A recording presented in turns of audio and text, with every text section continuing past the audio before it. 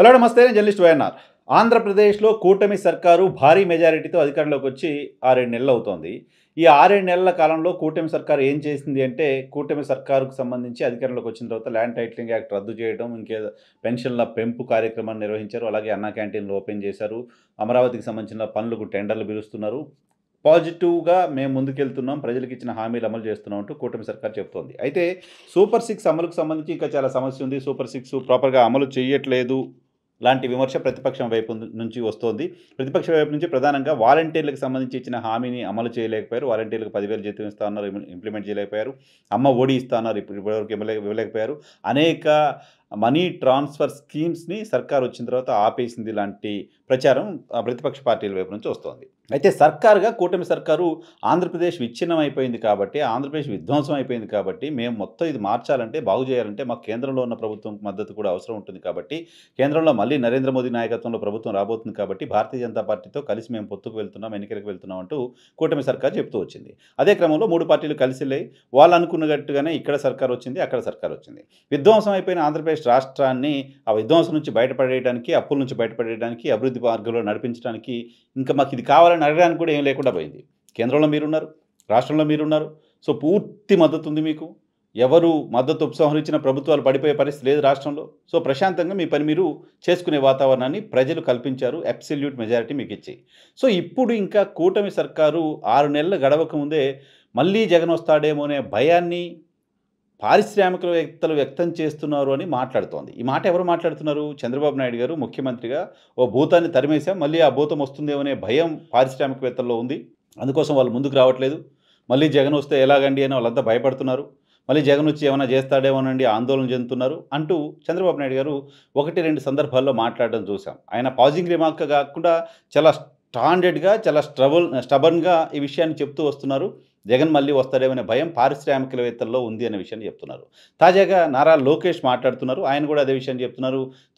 చంద్రబాబు నాయుడు నేతృత్వంలో మేము కంపెనీలు తీసుకురావాలనే ప్రయత్నం చాలా బలంగా చేస్తున్నప్పటికీ, కంపెనీలు పెట్టాలనుకునే వాళ్ళు మళ్ళీ ఇక్కడికి రావాలంటే భయపడుతున్నారు. ఎందుకంటే మళ్ళీ జగన్ వస్తాడేమో అనే భయం వాళ్ళలో ఉంది అనే విషయాన్ని చెప్తున్నారు.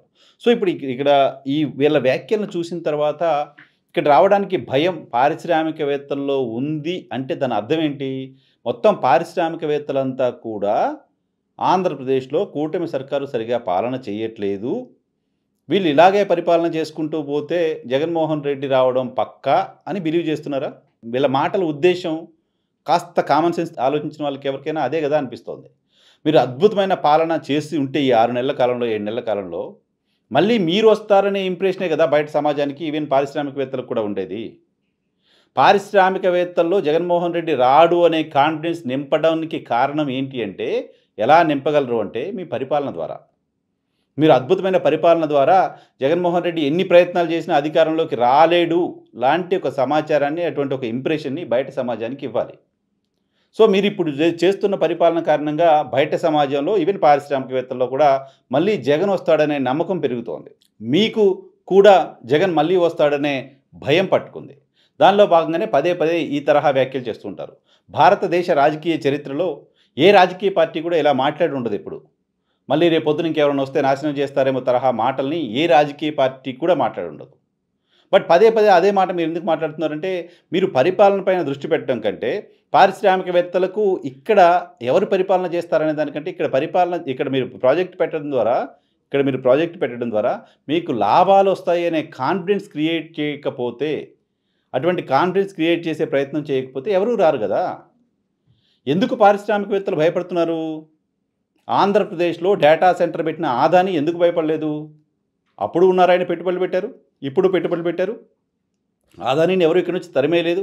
ఆదాని జగన్మోహన్ రెడ్డికి దగ్గరగా ఉన్నారు, ఇప్పుడు చంద్రబాబు నాయుడికి దగ్గరగా ఉన్నారు, నరేంద్ర మోదీకి దగ్గరగా ఉన్నారు. దేశం అంతా వ్యాపారం చేసుకుంటున్నారు. ఏ పారిశ్రామికవేత్త తరలి వెళ్ళిపోయాడు, పారిపోయాడు? రిలయన్స్ గతంలో ఆంధ్రప్రదేశ్లో పెట్టుబడులు పెట్టింది, ఇప్పుడు పెట్టుబడులను కంటిన్యూ చేస్తుంది. రిలయన్స్ ఆంధ్రప్రదేశ్ను వదిలిపెట్టి ఇంకెక్కడికి వెళ్ళలేదు కదా. టీసీఎస్ లాంటి కంపెనీలు గతంలోనూ పెట్టుబడులు పెట్టే ప్రయత్నం చేశాయి, ఇప్పుడు చేస్తూ ఉన్నాయి. ఏ కంపెనీ వెళ్ళిపోయింది? పోలవరం ప్రాజెక్టు నిర్మాణానికి మీరు ఇచ్చిన టెండరు గతంలో మెగాకి ఇస్తే, మెగాకి ఇవ్వడాన్ని మీరు వ్యతిరేకించారు అప్పుడు. ఇప్పుడు మెగాకే ఇస్తూ కంటిన్యూ చేస్తున్నారు. మెగా వాళ్ళేం భయపడలేదు కదా! ఆంధ్రప్రదేశ్‌లో మళ్ళీ జగన్ వస్తాడేమో అని భయపడలేదు. మళ్ళీ మీరొస్తారేమో అని భయపడలేదు. వాళ్ళ పని వాళ్ళు చేసుకుంటున్నారు గదా! మీకు వాళ్ళతో బానే ఉంది గదా! ఏ పారిశ్రామికవేత్త భయపడుతున్నారు? లూలు అనే షాపింగ్ మాలా? 1000 మంది అన్‌స్కిల్డ్ ఎంప్లాయీస్‌కి ఉద్యోగం ఇచ్చే లులు అనే షాపింగ్ మాల్‌కి వందల కోట్ల విలువైన భూములు మీరు విశాఖపట్నంలో ఇస్తే, ఆ భూముల్ని రద్దు చేసి ఇంకో చోట మీరు పెట్టుకోండి. ఇంత వాల్యుబుల్ భూములు మీకు ఇవ్వలేమని అప్పటి సర్కారు చెప్తే, లేకపోతే వేరే కారణంతోటో లులు మాల్ హైదరాబాద్ వస్తే, లులు అనే షాపింగ్ మాల్ వెళ్ళిపోతే మొత్తం కంపెనీలు వెళ్ళిపోయినట్టా? ఈ దేశంలో పాలకులెవరైనా 4 ఇండస్ట్రీస్ తీసుకొచ్చి ఉపాధి పెంచాలనే ఆలోచనే చేస్తారు తప్ప, ఈ రాష్ట్రం నుంచి, మా ప్రాంతం నుంచి కంపెనీలు వెళ్ళిపోవాలనే ప్రయత్నం ఎవరు చెయ్యరు కదా! ఎందుకు చేస్తారు? గల్లా జయదేవ్‌కి సంబంధించిన కంపెనీలు ఆంధ్రప్రదేశ్ నుంచి పారిపోయాయి. విస్తరణకు సంబంధించి జగన్మోహన్ రెడ్డి ఉన్నాడు కాబట్టి మొత్తం వెళ్ళిపోయాయంటూ ప్రచారం చేశారు 5 సంవత్సరాల కాలంలో. గల్లా జయదేవ్ ఇప్పటికి మీ పార్టీలో ఉన్నారు గదా! గల్లా జయదేవ్‌కి చెప్పి మీరు వెళ్ళిపోకండి, మళ్ళీ రండి. పారిశ్రామికవేత్తలందరి సంగతి వదిలేద్దాం. గల్లా జయదేవ్‌కైతే మీ పాలన మీద నమ్మకం ఉంది గదా! ఆయన తెలుగుదేశం పార్టీ గదా! మళ్ళీ జగన్మోహన్ రెడ్డి రాడు, అద్భుతమైన పాలన మీరు చేస్తున్నారనే నమ్మకం మీకుంది గదా! కనీసం గల్లా జయదేవ్ గారికన్నా అటువంటి నమ్మకం కలిగించండి మీరు. తీసిపోయి మహబూబ్ నగర్‌లోనో, చెన్నైలోనో ఆయన పెట్టిన కంపెనీలని మళ్ళీ ఆంధ్రప్రదేశ్‌లో పెట్టమని చెప్పండి.